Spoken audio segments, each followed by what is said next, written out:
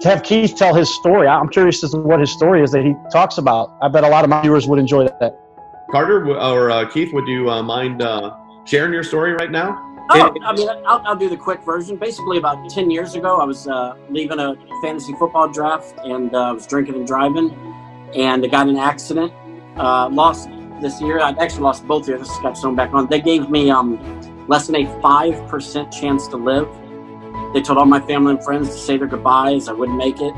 And I was in a coma for a while, and it's a miracle of God I'm still here. And there's actually a video on YouTube you can look up called Miracle by Rebecca Cissell. People took pictures, and she wrote a song, and it's on YouTube. It's kind of gruesome. There's some weird pictures. But, I got through it, and now I just want to, use my story to help kids not drink and drive, or text and drive, or be stupid while they drive, and use my comedy to reach them and pull them in and then tell my testimony.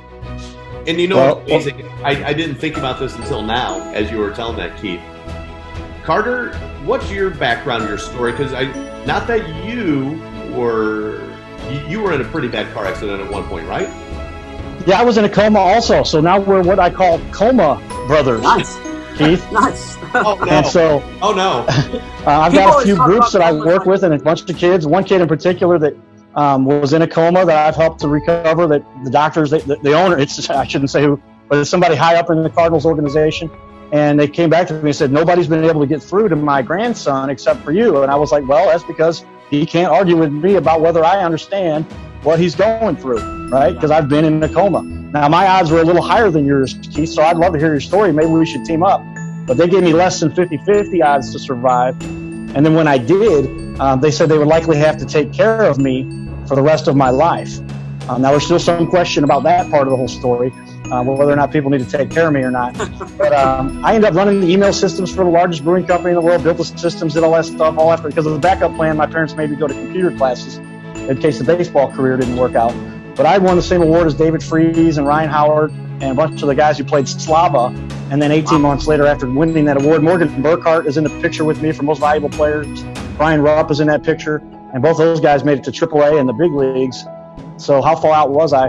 But then my whole life got redirected by this drunk driver that hit us, killed the driver of our car. And I just talked to people, whatever happens, I didn't deserve to be in a coma, most people would think, because of a drunk driver. But I had to still recover the best I could, despite what the doctors were telling me, and they were saying less than 50-50 odds to survive, and then they would take care of me for the rest of my life. And then I went on and did a bunch of great things to help people and as well as a sales guy, number one sales guy out of 1,800 sales guys. And all this stuff is possible, just most people don't believe that they can. And they've gone through much less than a coma, right? And still they give up on life. And so that's the message. And I think sports, baseball, is what got me through that. If I hadn't played such competitive baseball, I just remember thinking back, what compelled me when you're strapped down to a gurney and they tie your arms down, what compelled me to pull a ventilator out of my own throat? And I was like, that wasn't an English class. I mean, I love my mom. She's an English teacher. But it was baseball and sports that compelled me to have that drive. And so that's why I think sports is so important for our kids. And that's why I do this whole Cardinal Cowboy thing. Wow, that's awesome. Well, let's kind of wrap things up. And again, Cardinal Cowboy, you're obviously streaming on your Facebook page. I'm going to be sharing this through Twitter eventually. For people who aren't familiar with you, you also have your TV show. When can people catch your TV show? My TV show? Yes, sir. Yes, I thought, okay. Yeah, we have the Cowboy Judge Show. The judge just called me. That was one of the phone calls that came in there. I apologize. And I'll call him back. But we just got a new time slot on Sundays at 11:30, I believe. 11:30 a.m., so right after church. And they moved us to another one because, depending on what they've got available and depending on who's watching, that's where they put us now. And that's the Cowboy Judge Show. And I'm the host. The judge is a host. And we just bring in leaders within the community. And Keith, maybe we should talk about you coming on to that show. Then I do my streaming show, and that's on ABC 30, by the way. ABC 30, 11:30 Sundays. And they give us other time slots to just throw it on and to fill other times because we got so many shows that we've recorded.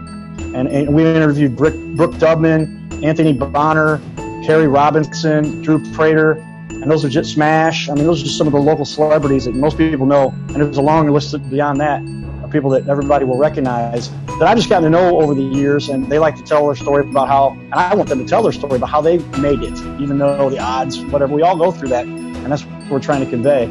And then I do my streaming show pretty much whenever I want to, generally on Tuesday nights. We have it's dedicated time with this TV wall, and then we bring on whoever's in the community that I feel is justified, worthy to bring on. We had Paul Brown on the other night. He's former KMOX reporter. He used to be married to Mandy Murphy. She's on Channel 2 every day. And Paul's got a great story and show, and he fills in for Larry Connors now. And so we just get lots of those kinds of people. I'm reaching out to some of my musical guys, some of those guys you'll know from St. Louis for sure. And I'm talking to them about being on the show right now. They've got Grammy Awards. I'll just say that. They've got Grammy Awards, and they'll be on this show, hopefully. And that's the kind of stuff we get to do to highlight St. Louis. Absolutely. Guys, I know we don't have a whole lot of things going on, but definitely appreciate your time.